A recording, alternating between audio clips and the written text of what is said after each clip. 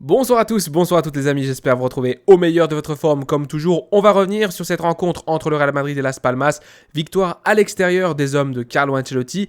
Un Real Madrid qui a été franchement assez difficile à regarder en première mi-temps. Ça n'a pas été un très bon match. En deuxième mi-temps, ça a été un peu mieux et on finit par faire la remontada comme d'habitude. Mais franchement, il faut améliorer au niveau du jeu. On n'a pas été bon et ce milieu de terrain choisi par Carlo Ancelotti n'a pas fonctionné. Ceballos et Brahim Diaz qui n'ont pas été bons en première mi-temps. Les attaquants qui ne se trouvaient pas. Diaz, j'avais l'impression que il ne savait pas trop s'il devait se positionner ici comme un faux numéro 9 ou alors venir ici aider plutôt les milieux de terrain et ça a été compliqué. Ça a été compliqué par le dispositif d'ailleurs, il a changé, il l'a vu, Carlo Ancelotti, il n'est pas bête. En deuxième mi-temps avec l'entrée de Fede Valverde et l'entrée de Roselu, ça a été beaucoup mieux mais on y reviendra. Et un Real Madrid qui franchement a eu beaucoup de chance parce qu'on aurait pu avoir un début de match scandaleux avec une action très bête de la part de Rodrigo.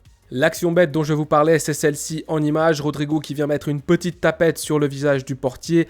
Évidemment, celui-ci se roule par terre et exagère. Et Rodrigo reçoit jaune. C'est une action à la 4e. Rodrigo qui tire, le gardien qui l'arrête. C'est pas franchement bien joué. Mais c'est déjà bien, c'est un début de match où on a une action, Rodrigo qui s'est retrouvé en 1 contre 1. Pourquoi aller faire ce genre de geste? L'arbitre donne jaune dans un autre contexte. On aurait pu checker ça et ça aurait pu faire rouge. Évidemment, il ne vient pas lui mettre une énorme grosse claque. Mais c'est inutile en début de match parce que tu peux laisser ton équipe à 10 si c'est jugé un tout petit peu plus sévèrement. Et le Real Madrid n'en avait pas besoin. En ce qui concerne la rencontre et cette première mi-temps, comme je vous l'ai dit, j'ai trouvé assez pauvre. Un Real Madrid qui avait évidemment la volonté de porter le ballon vers l'avant, mais qui trouvait rarement des espaces et des occasions. Évidemment, un Real qui s'est heurté à une défense de Las Palmas très bien organisée. Et c'est l'une des équipes avec le Real Madrid qui a concédé le moins de buts cette saison et ça s'est vu. Un Real Madrid qui avait quelques occasions sur coup de pied arrêté comme ici Rudiger qui ne trouve pas le cadre. Un Real Madrid positionné dans ce 4-3-3 qui ne s'entend pas et ici c'est très représentatif du Real Madrid. On voit un petit peu des joueurs qui sont très proches l'un des autres, notamment au niveau de l'attaque. Et un Real Madrid qui ne va pas réussir à trouver une organisation, on va dire, qui à la pression va leur permettre de récupérer rapidement et ensuite de partir très rapidement vers l'attaque. Un Real Madrid donc qui va avoir des petites occasions comme celle-ci à la 18e avec Toni Kroos, un coup franc qui ne donnera malheureusement rien. Et on le voit aussi au niveau des chiffres. À la possession, on le voit ici, c'est très équilibré, 53-47. Le Real Madrid qui, au bout de la 26e minute, n'a pas le cuir. Et c'est un match qui peut aller dans un sens comme dans un autre. Le Real Madrid qui ne domine pas, voire qui souffre sur certaines phases de jeu. Un Real Madrid qui va aussi avoir des joueurs qui vont faire un petit peu n'importe quoi, comme d'habitude, comme Vinicius ici, qui va simuler. Alors sur ce contact, il y a contact au niveau un petit peu on va dire...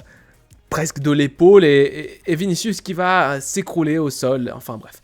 Le Real Madrid qui va tenter et il y aura évidemment ce moment-là qui va être jugé par tous les fans du FC Barcelone comme un vol historique. Je vais vous donner mon opinion évidemment. Ceballos qui à la 31e minute vient ici légèrement effleurer le joueur de Las Palmas. Et voici une image, la meilleure image que j'ai pu trouver et on ne sait pas trop s'il touche le ballon ou pas, s'il touche le pied du joueur adverse ou pas. J'ai l'impression quand même qu'il l'effleure et sur ce genre d'occasion, ça peut donner penalty.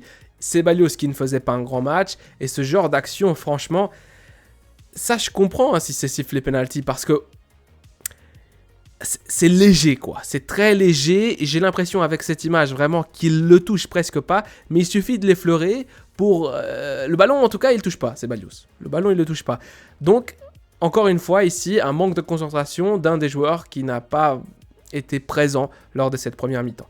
Le Real Madrid qui va avoir des occasions, mais Lunin aussi va nous sauver comme ici à la 33e avec une bonne claquette pour empêcher Las Palmas de prendre l'ascendant sur la rencontre.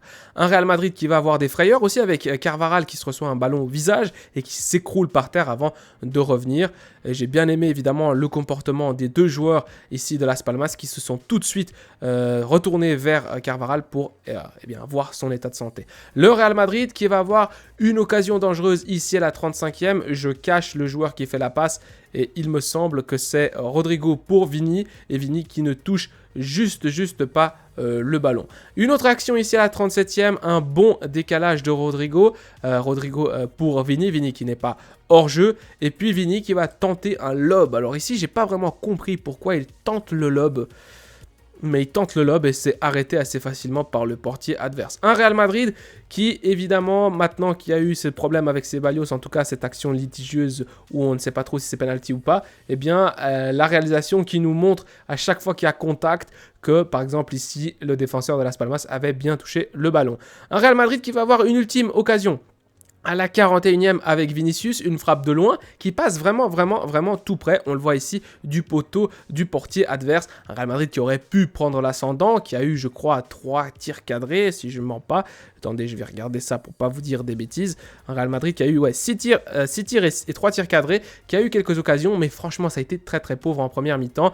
Et ici, sur un centre de Marvin, je crois, eh bien, le Real Madrid qui aurait pu prendre un but un petit peu gag, puisque son centre est un petit peu brossé, et le ballon qui est fini juste au-dessus de la barre de Lunin, mais qui aurait pu redescendre et faire 1-0 pour Las Palmas.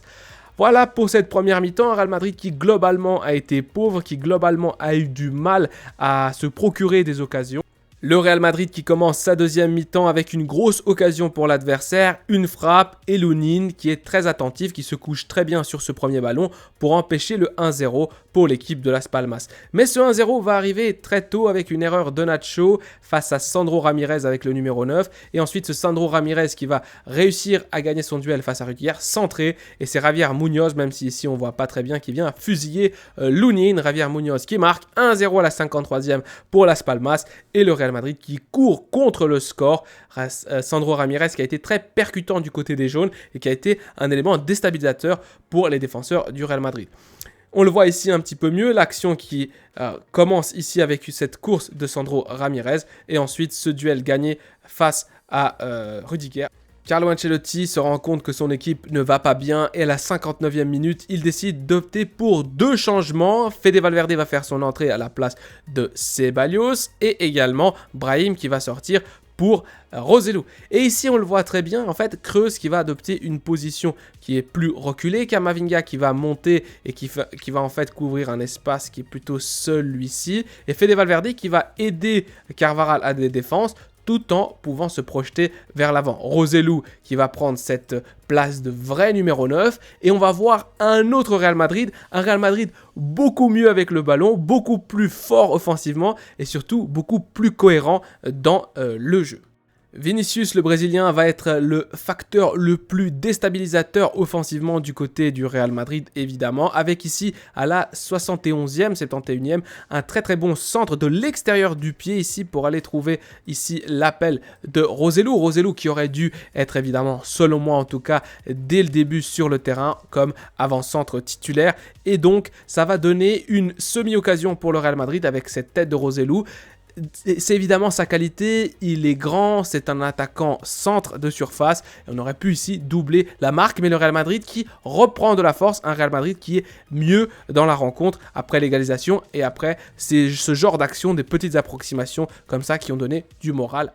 Au football, il faut aussi de la chance, et ici Sandro Ramirez, dont je vous parlais au début, eh bien il se retrouve en 1 contre 1 face à Lunin, en tout cas dans une très bonne position, et on est à 15 minutes de la fin du temps réglementaire. Malheureusement pour lui et heureusement pour lui, il glisse, comme quoi au football il faut aussi un tout petit peu de chance. Minute 80, double changement du côté de Carlo Ancelotti, l'entrée du jeune turc Arda Güler et de Tchouaméni et la sortie de Camavinga et de Rodrigo. Tchouaméni qui va être la bonne option, pourquoi? Parce que quelques minutes plus tard, il va nous marquer un magnifique but sur un corner magnifiquement botté par Toni Kroos. Le français s'élance et Tchouaméni réussit donc à marquer de la tête. C'est 2-1 pour le Real Madrid, remontada.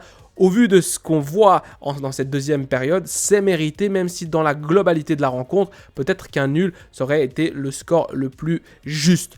Le Real Madrid donc qui va remonter, qui va passer devant, 2-1 pour le Real Madrid, une équipe qui prend confiance et une équipe surtout qui va essayer de gérer le match à 5 minutes de la fin du temps réglementaire. On n'aura pas vu Arda Güler beaucoup de temps sur le terrain. Il va avoir une semi-occasion au bout d'un moment sur une très belle course. Mais ici, je voulais vous montrer cette image. La personnalité, le caractère du garçon qui va en fait subir une faute et l'arbitre qui va siffler à l'encontre du Turc. Il vient directement lui demander pourquoi. Et on voit évidemment Kroos qui sourit. Et puis Roselu qui vient essayer ici de le calmer. Et je trouve ça extraordinaire. Le Real Madrid qui va essayer de calmer le jeu et Carlo Ancelotti qui opère un changement défensif, la sortie de Vinicius Junior et l'entrée de Mendy pour évidemment verrouiller sa défense. Notez encore à la 90e plus 9, déjà dans les dernières instances de jeu, un coup franc botté par le gardien adverse et Lunin doit sortir dès demain, je ne sais pas si je vous ai mis l'image, non, et doit boxer le ballon, une très bonne intervention de Lunin. Ensuite, il est au sol, il dit qu'il a mal au dos, je ne sais pas s'il est mal retombé, on verra ce que dit Carlo Ancelotti lors de la conférence de presse, mais en tout cas, je voulais vous souligner cette action, un portier qui est très bon dans les airs, en tout cas par rapport à Kepa, et qui, encore une fois ici, dans les dernières instances, c'est pas la première fois, qui est très attentif, qui sort sur ce coup franc et qui réussit à dégager le ballon. Le Real Madrid, donc, il emporte 2-1 avec un but de Vinicius Junior de son mauvais pied et un but de Tchouaméni de la tête. Une remontada, les 3 points, mais franchement, ça a été un match compliqué pour les hommes de Carlo. Et surtout, on a eu ceci en première mi-temps. Ça ne doit jamais arriver, surtout en début de match. Il aurait pu voir rouge Rodrigo. Et également ceci, évidemment, l'action de Ceballos qui aurait pu donner penalty si l'arbitre était un peu plus sévère. On ne sait pas s'il touche ou pas le pied de joueur de Las Palmas. En tout cas, il semble l'effleurer et ça aurait pu évidemment donner penalty parce qu'il n'y a pas contact avec le ballon. Donc ici, Ceballos qui nous a fait un petit peu peur. Également l'action de Rodrigo, comme j'ai dit. Donc un Real Madrid qui ne fait pas un très très bon match. Un Real Madrid qui réussit à avoir les 3 points. C'est le plus important. Qu'en avez-vous pensé de cette rencontre? Franchement, la première mi-temps, ça ne va vraiment pas du tout. Ça m'a vraiment pas plu. Et la deuxième mi-temps, bien mieux avec une remontada. Mais il faudra être beaucoup plus créatif offensivement et meilleur tout simplement si l'on veut aller gagner cette Ligue des Champions et face à de plus grandes équipes, même si Las Palmas ont vraiment bien défendu. C'est tout pour moi. À la Madrid Nadamas. Prenez soin de vous, des vôtres et de votre famille. Allez.